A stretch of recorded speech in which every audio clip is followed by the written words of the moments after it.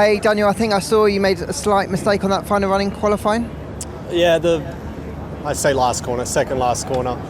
I guess whoever in front of me they put a wheel in the dirt or something. So as soon as I pulled out of the, call it chicane, corkscrew, whatever, and I was looking obviously up to the next apex, and I could see just brown all over the track, a lot of dirt, and I was hoping that it wouldn't affect the grip, but it did, and it cost me about 3/10, I think. So that was the difference going into obviously putting me out in Q1.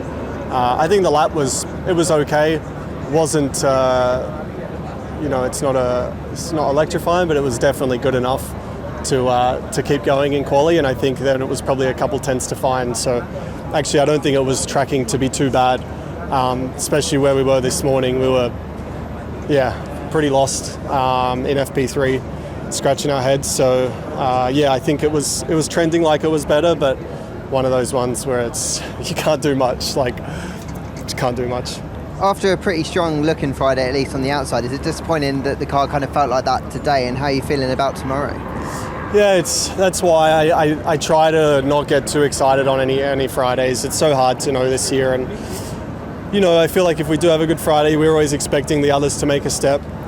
In saying that, we're not a Q1 car. I think it was unfortunate circumstances, but yeah, we'll see how obviously Lando tracks on in Q2 and Q3. I don't think we're a sure Q3 car today. Everyone's closed it up, but I think obviously putting the lap together, it's certainly still a chance. So we'll see how the rest of the session goes. Hey Kevin, it looked like a pretty frustrating qualifying session for you out there. I saw you run really wide, I think turn 3. What was it like?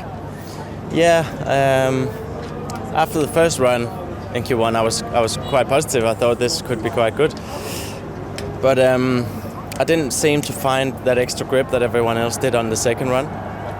You put a new tire on and the track gets better, so you expect to have more grip, and just didn't really feel it. So kind of similar thing to Spa last weekend, but there's a new day tomorrow, and we try again. Was it particularly frustrating because the pace this morning looked pretty good? Yeah, it looked good this morning, and for whatever reason it disappeared again. It looked pretty decent after the first run in Q1, so that's why I'm a bit puzzled that I didn't really gain that extra grip that everyone else seemed to do in the second run. I just gained 2 tenths, and some people gained 8 tenths or a second. So that's what it is. We'll push tomorrow, see what we can do. Hey Nicky, what was the car like out there? Because it just looked like you really struggled to get a lap together. We had an engine problem, so I didn't really get to do a representative lap. Already on my first lap, the only lap I set, I was getting some messages on the dash. There was an issue, and I was losing quite a lot of power in the straight. And then we had to adjust the run plan basically, and we went out for our second set. Then I had to abort the lap after 3 corners. So we still don't know exactly what the issue was. Unfortunate, obviously, to have it in qualifying, but I guess it's more frustrating me just because the FP1, the few practice sessions were very, very tricky from my side. We were, trying to understand quite a lot of things, and I felt I made some good steps already from the first lap in my feeling, and the car felt a little bit more together.